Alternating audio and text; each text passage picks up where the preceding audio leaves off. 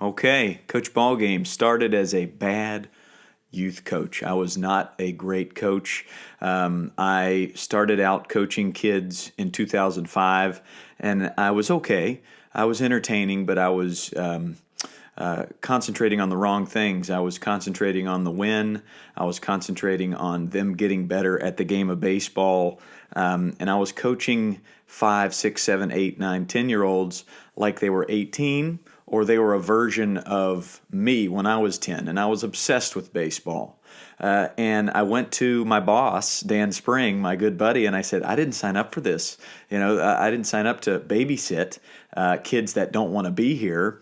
I want to be a baseball coach.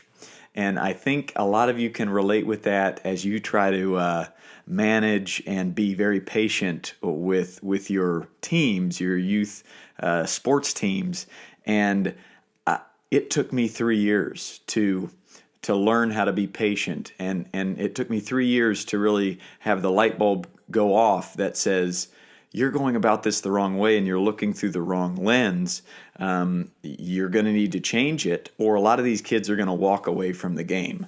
So I have to get out right off the bat that yeah, I have a long way to go, but I've come a long way as far as seeing how a kid ticks.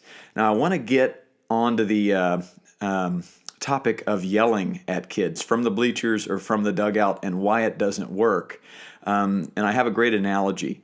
If you want your child to excel at video games, are you going to sit beside them on the couch and micromanage and yell at them every time they push the wrong button, or every time they push a button you are over their shoulder looking, cheering, yearning, anxiously wishing that they do well? What do you think's going to happen? A lot of them are going to walk away from video games. They don't like that. They don't want that. Notice when a child strikes out or makes an error in a game, what do? 99% of them, their body language goes to the defeat, fetal position. They're sad. Some of them cry. They throw their helmet. They're upset. They are defeated. They don't need 8, 9, 10 other people letting them know why they should feel defeated. And so yelling these and it might not even seem like negative. It seems like you're wishing them to do well and you want them to do so well. But in that very moment, when they're in the batter's box or when they make that error and they fail, they need quiet. They need calm. They need to be built back up. What I used to do was immediately talk to that kid about why they struck out, and they must not be paying attention to what I'm teaching, otherwise they wouldn't. Because I, as a coach, was so focused on the win, and it almost felt like I was the failure because I wasn't able to figure out how to communicate to that kid how to not strike out or how to not make that error. So I went into I'm a failure mode, and then I would yell louder. And I'm sure you can all relate. It took me years to figure out that doesn't work. And I went back into my own career and I started to remember the times when I messed up or I struck out. I was defeated to the point of angry and sad. And sometimes I would cry, and sometimes I would want to throw a fit or even punch the wall or throw my glove, whatever.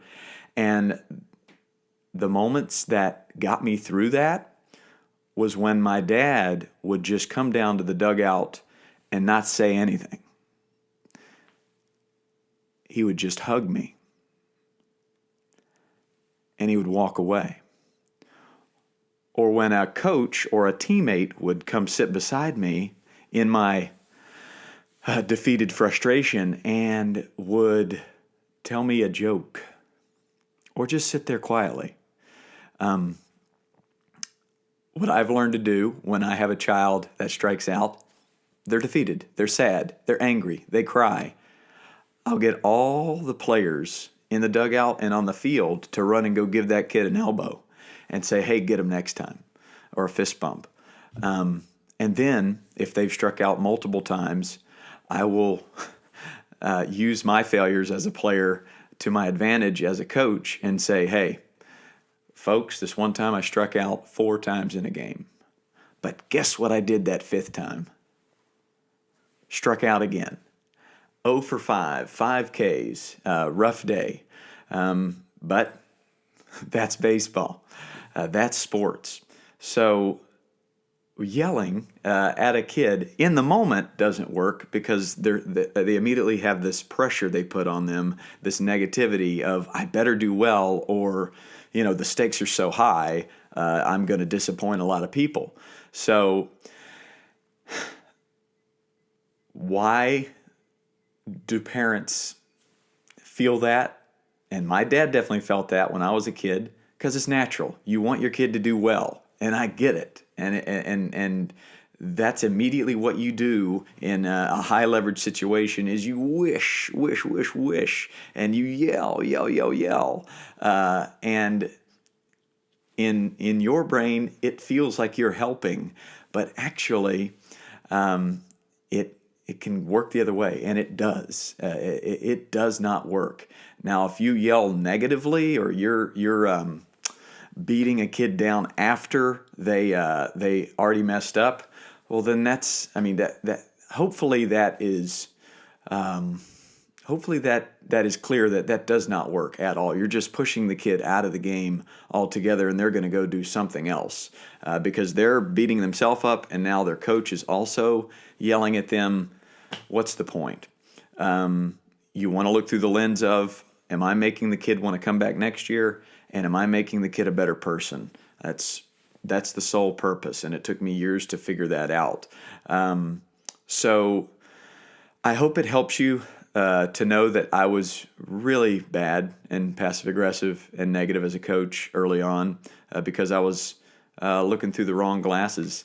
And I had some good mentors, Dan Spring, Sean Flicky, guys that taught me about positive reinforcement and building people up and connecting with the kid and how much more important that is.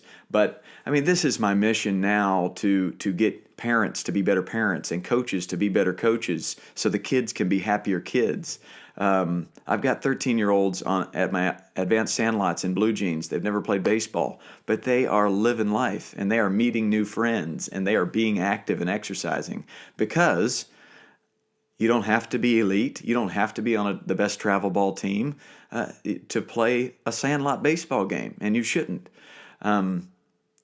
The mission that I'm on now, and it is beyond just my way of living. It is what I think about all the time. It started when a 7-year-old came up to me and said, my travel ball coach isn't going to let me play soccer because I have to play year-round with this team to be on the team. And I have a lot of friends on this team, so I want to be with my friends, and I want to play baseball with my friends, but I also want to play soccer.